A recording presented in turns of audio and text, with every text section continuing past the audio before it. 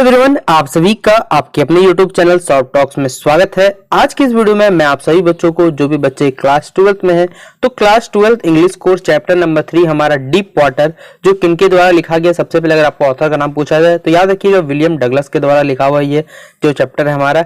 इस चैप्टर के जब मैं आपको शॉर्ट आंसर टाइप क्वेश्चन करवाऊंगा या फिर बेसिक जो क्वेश्चन चैप्टर से पूछा जाता है परीक्षा में, तब आपका देखिए यहाँ पर कॉन्सेप्ट भी क्लियर हो जाएगा और साथ ही साथ मैं आपको अभी एमसीक्यू थोड़ा कॉन्सेप्ट देते चलूंगा, जिससे आपका चैप्टर थोड़ा रिवीजन हो जाएगा और आपको खुद ब खुद सारे के सारे क्वेश्चन याद होते चलेंगे। इससे पहले 2 चैप्टर कंप्लीट हो चुके हैं। अगर आपने वीडियो को नहीं देखा है तो जरूर वीडियो को देख के अपने प्रॉपर नोट्स बना ले। वीडियो पसंद आए तो वीडियो को अपने दोस्तों शेयर जो कर दीजिएगा। तो चलिए वीडियो को शुरू करते हैं। देखिए पहला सवाल है, हु फियर्ड वाटर, मतलब जल से किसने डर लगता था, ये हमें बताना है। इस चैप्टर के अकॉर्डिंग हमें बताना है मुकेश, एम हेमर, डगलस या फिर मर्फी। तो इस चैप्टर के अकॉर्डिंग बताना है जो हमें पानी से डर लगता है वो किनको लगता है इस कहानी के अनुसार। तो इस कहानी के अनुसार याद रखिएगा पानी से किन्हें डर लगता है, तो उन्हें विलियम डगलस को पानी से डर लगता है। इसलिए ऑप्शन नंबर सी क्या हो जाएगा, इसका राइट आंसर हो जाएगा। अगला सवाल देखिए बच्चों, आपसे पूछा हुआ यहाँ पर कि when did all efforts closed when we feel drowsy and cross to oblivion from where these lines are taken। देखिए यहाँ पर एक लाइन दिया हुआ है और पूछा हुआ है कि ये जो लाइन हमने उठाया कहाँ से लिया है ये लाइन, कि when all efforts, जब सारे के सारे हमारे प्रयास खत्म हो जाते हैं तो हम लोग क्या करते हैं, ये बेसिक लाइन कहाँ से उठाएंगे, डीप वाटर से, रेड ट्रैप से, लॉस्ट या लास्ट लेसन से। देखिए इस तरह के सवाल परीक्षा में पूछा जाएगा एक लाइन, तो आपको इसका मतलब तो पहले आना चाहिए, समझ तो आएगा तब ना। इतना नया चैप्टर है कहाँ समझ में आएगा, तो पहले थोड़ा कॉन्सेप्ट भी रखना पड़ेगा क्लियर। इसलिए ये जो एफर्ट वाला वर्ड है, अगर चैप्टर पढ़िएगा कि जब सारे के सारे हमारे प्रयास बंद हो जाते हैं तब हम लोग, ये कौन सा चैप्टर डीप वाटर का, इसलिए ऑप्शन नंबर क्या होगा ए, और राइटर का नाम बोल दिया जाएगा बगल में, याद रखिए विलियम डगलस नाम है इसका। ठीक है, अगला सवाल है देखिए हमसे पूछा हुआ है कि when did the miss adventure took place. देखिए जो मिस एडवेंचर हुआ था, मतलब कह सकते हैं बच्चों एक अचानक घटना हो गई थी, वो कहाँ पे घटित हुई थी, YMCA पुल पे हुई थी, हाउस इन घर पे हुई थी, गार्डन या फिर मार्केट पे। तो ये जो घटना हुई थी बच्चों कहाँ हुई थी, तो अगर चैप्टर के अकॉर्डिंग अगर आपको मालूम हो, पढ़ेंगे थोड़ा सा भी, तो एक घटना घटित हुई, विचित्र घटना, वो कहाँ हुई थी, तो YMCA नाम का पुल था, वहां पर घटना घटित हुई। इसलिए ऑप्शन नंबर ए इसका क्या हो जाएगा, राइट आंसर हो जाएगा। फिर अगला सवाल है देखिए हमारे पास, all we have to fear is itself. देखिए हर आदमी को क्या अपने खुद से डर लगता है, ये जो लाइन है वो कहाँ से हमने ली है, last lesson, the right trap, lost spring या डीप वाटर। देखिए अभी तक आपको मालूम चल गया ये डीप वाटर का आंसर होगा, लेकिन एग्जाम में नहीं समझ में आएगा कैसे का, क्योंकि इसलिए चैप्टर आपको थोड़ा सा मालूम होना चाहिए, क्योंकि याद रखिए पूरा सिलेबस आपका क्वेश्चन आने वाला है, तो पूरा सिलेबस से क्वेश्चन प्रिपेयर करिए तभी ना पता चलेगा। इसलिए ये आप थोड़ा कॉन्सेप्ट भी क्लियर करता चलूंगा। ये जो वर्ड है कहाँ से उठाया गया, तो डीप वाटर, याद रखिएगा option number D right answer हो जाएगा। फिर अगला सवाल देखिए हमसे पूछा हुआ है, at which age Douglas develop version. देखिए किस एज में जो कह सकते हैं बच्चों, जो डगलस हमारे ऑथर का नाम है, वो क्या करते हैं, पानी से डर को भगाते हैं। 6 साल, 5 साल, 3 और 4 साल के बीच में, या फिर जब वो क्या एक एडल्ट हो जाते हैं तब। तो देखिए यहाँ पर कह सकते हैं जो डगलस को बच्चों पानी डर कब लगता था, मतलब उससे जागृत होने के लिए कब के प्रेरित किया, तो वो 3 से 4 साल के बीच में। तो ऑप्शन नंबर सी क्या होगा, इसका राइट आंसर हो जाएगा। फिर अगला है हमारे पास, how did Douglas make sure that he conquered the old terror. ठीक है, ये हमारा क्वेश्चन है कि हाउ डिड ओल्ड, जो हमारा डगलस है वो कब श्योर होता है कि वो ओल्ड टेरर से कन्क्वेड कर सकता है। तो he went to take Wentworth and dive off a dog at Trixland, he did not swam again, he stayed at home, या फिर ही स्टॉप फियरिंग वाटर। क्या यहाँ पर हमारे जो कह सकते हैं जो लेखक उन्होंने क्या किया अपने डर को बेजान हटाने के लिए, तो क्या गए थे, वो एक जगह गए थे, इसका नाम लेक गए थे और वहां पर डाइव किए थे, और कौन सा आइलैंड था, वो ट्रिक्स आइलैंड था। ऑप्शन नंबर ए क्या हो जाएगा, इसका राइट आंसर हो जाएगा। अगला सवाल देखिए हमसे पूछा हुआ यहाँ पर, हाउ डिड डगलस लर्न। देखिए जो डगलस है वो कैसे करके स्विमिंग सीखता है, ही इंगेज, मतलब वो एक इंस्ट्रक्टर रखता है जो उसे स्विमिंग सिखा देंगे, खुद से सीखते हैं, या फिर वो he never went on swimming, वो कभी स्विमिंग पे गया ही नहीं, या फिर नन ऑफ द अबव। तो जो डगलस हमारे चैप्टर के जो लेखक है वो स्विमिंग सीखते कैसे हैं, तो याद रखिएगा उन्होंने क्या रखा, पहले इंस्ट्रक्टर रखा जो उनको बताएगा कि हाँ स्विमिंग कैसे करके किया जाता है। इसलिए option number he engage and instructor इसका राइट आंसर हो जाएगा। फिर अगला सवाल है आपसे पूछा हुआ देखिए यहाँ पर कि how did the instructor will make William Douglas a perfect swimmer. जो देखिए हमारे विलियम डगलस साहब है, उनको इंस्ट्रक्टर ने कैसे करे परफेक्ट स्विमर बनाने के लिए क्या किया, he asked them to her to learn himself, मतलब क्या वो खुद से सीखे, ये हमें बताया गया यहाँ पर। मतलब यहाँ कहा जा रहा है कि उन्होंने जो इंस्ट्रक्टर उन्होंने खुद से कहा, डगलस को कहा कि आप खुद सीखिए। ही मेड हिम प्रैक्टिस, उन्होंने क्या किया, हफ्तों तक उन्हें क्या किया, प्रैक्टिस करवाया। He made them practice 5 days, मतलब एक सप्ताह में उन्हें 5 दिन में प्रैक्टिस दिया, या फिर नन ऑफ द डे, जो इंस्ट्रक्टर था उन्होंने क्या किया बेसिकली हमें बताना है। तो देखिए उसने क्या किया था, उसने सप्ताह में 5 दिन से क्या करवाया, प्रैक्टिस करवाया, जिससे डगलस का देखिए जो डर है पानी पे, तो वो भी थोड़ा खत्म हुआ और वो परफेक्ट स्विमर बनने की कगार पर था। तो ऑप्शन नंबर सी क्या हो जाएगा, इसका राइट आंसर हो जाएगा। अगला 9 नंबर क्वेश्चन है, who is the author of deep water. तो आपको मालूम होगा कौन है, विलियम डगलस। इसमें तो किसी बच्चे को दिक्कत नहीं आना चाहिए। अगला सवाल है what is the message of the lesson deep water. देखिए ये जो चैप्टर हमारे पास द लास्ट कैसे बच्चों डीप वाटर, ये हमें क्या बताता है, ये हमें बताना है। टू ओवरकम वंस फियर, यानी किसी भी डर से देखिए बाहर निकलना जाए, ये हमें बताता है।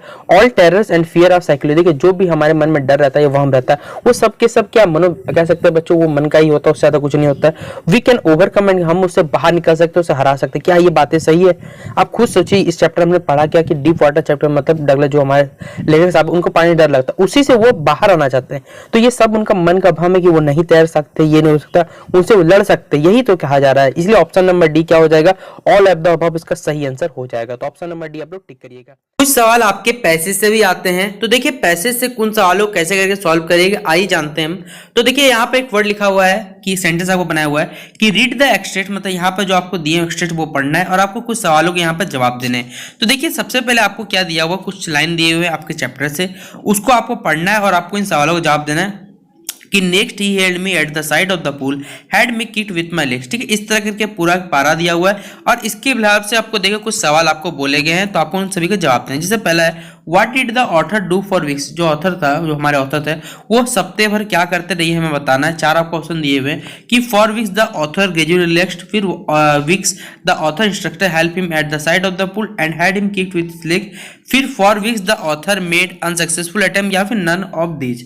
तो यहाँ पर देखिए आपको क्या दिए हुए, चार ऑप्शन दिए, इसमें से आपको चारों पढ़ने हैं और बताना है कौन सा सही है कौन सा गलत है। तो देखिए जो हमारा ऑथर था वो सप्ताह भर क्या करते रहा, वो बेसिकली ट्रेन जो इंस्ट्रक्टर थे वो उनको सिखाते रहे कि कैसे स्विमिंग करना है, और यही इसका आंसर होगा।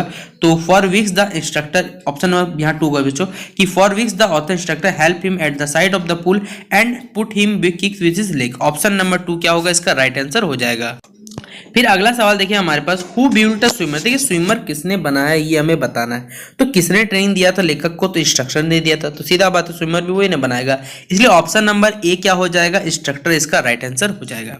फिर अगला सवाल है नाउ यू कैन स्विम, देखिए यानी कि तुम अब तैर सकते हो, तैराकी कर सकते हो, ये वर्ड किसने कहा होगा, आपको बता डगलस के जो फादर थे, डगलस की जो मदर थी, या फिर बच्चों ऑप्शन नंबर से हमारे इंस्ट्रक्टर साहब ने, या फिर टीचर इन स्कूल, किसने कहा था। तो देखिए जो आपको सीधा बात है, इसमें डगलस को क्या सिखा रहा था, इंस्ट्रक्टर स्विमिंग सिखा रहा था, तो वही ना बोलेगा उसको कि जाओ तुम अब सीख चुके हो, तुम अब तैराकी कर सकते हो। तो ऑप्शन नंबर क्या होगा, डगलस इंस्ट्रक्टर, यही हो जाएगा, ऑप्शन नंबर 3 इसका राइट आंसर हो जाएगा। फिर अगला सवाल हमारे पास, when did he put them together into integrated whole. देखिए आफ्टर 6 मंथ वो पूरी पूल में सीख चुका था। When the author practice for, जब ऑथर बहुत ज्यादा प्रैक्टिस कर चुका था, या फिर when the instructor perfected, when the जो इंस्ट्रक्टर है वो ऑथर को क्या हर चीज में माहिर कर चुका था, यानी when his legs refused to, मतलब जब उसके लेग्स कह सकते काम करने बंद कर दिए तब वो सीखा जाने के लिए, या फिर कौन सा ऑप्शन होगा। तो इसका सही आंसर होगा बच्चों ऑप्शन नंबर 3, जब उसके जो इंस्ट्रक्टर था उसको हर चीज में क्या सिखाया, जो कामयाब बना चुके थे कि हाँ तुम तैर सकता है। तो ऑप्शन नंबर डी का 3 हो जाएगा राइट आंसर। फिर अगला सवाल देखिए हमारे पास, was the author finally able to swim, क्या जो हमारा ऑथर है वो फाइनली सीखा कि नहीं सीखा। तो हाँ यस वो सीख चुका था, इंस्ट्रक्टर ने सिखाया तो सीख गया, इसलिए ऑप्शन नंबर 2 क्या हो जाएगा, राइट आंसर हो जाएगा। पहला सवाल याद रखिएगा, ये जो रेक्टर जो चैप्टर है वो किसके द्वारा लिखा गया है, तो सेलेमा लेग्रॉफ के द्वारा लिखा गया है। इसलिए देखिए पहले बात है कि सेलेमा लेग्रॉफ क्या है, इस चैप्टर के पहले बात तो लेखिका है, वो क्या है, एक फ्रेंच राइटर है, स्वीडिश राइटर है मतलब स्वीडन की है, अमेरिकन राइटर मतलब अमेरिका की है, फिर इंग्लिश राइटर बेसिकली वो इंग्लैंड की है। तो कहाँ की है सेलेमा लेग्रॉफ, याद रखिए लेगरलॉफ कहाँ की है, तो स्वीडिश राइटर मतलब वो स्वीडन की रहने वाली, इसलिए ऑप्शन नंबर बी क्या हो जाएगा, इसका राइट आंसर हो जाएगा। फिर अगला सवाल है हमारे पास, the writer of story is set amid. देखिए ये जो राइटर ऑफ स्टोरी है मतलब हम जो चैप्टर पढ़ रहे हैं किसके बारे में बेसिकली हमें बताना है, तो द माइंस ऑफ स्वीडन के बारे में, the mines of England, the mines of France, या फिर the mines of none of these. क्या हो जाएगा इसका राइट आंसर बच्चों। देखिए जो हमारे लेखिका जी हैं वो कहाँ की है, स्वीडिश की है। तो यहाँ जो कहानी बताया जाए राइटर के द्वारा तो कहाँ का बताएगा, स्वीडन का ही बताएगा, इसे द माइंस ऑफ स्वीडन क्या हो जाएगा, इसका राइट आंसर हो जाएगा। फिर अगला सवाल है हमारे पास, the writer of story is told so में। देखिए ये जो राइटर ऑफ स्टोरी हमें क्या बताती है, in the manner of fairy tale, in the manner of real story, in the manner of comedy, या फिर नन ऑफ दीज। तो क्या बताता है ये चैप्टर हमें, तो इन चैप्टर बताता है हमें option number A, in the manner of fairy tale के बारे में ये चैप्टर हमें बताता है। रेड ट्रैप जो हमारी स्टोरी है ये ऑप्शन नंबर ए क्या होगा, इसका राइट आंसर हो जाएगा। फिर अगला सवाल है हमारे पास, to keep body and soul together. ये जो वर्ड है मतलब हमें क्या बताता है?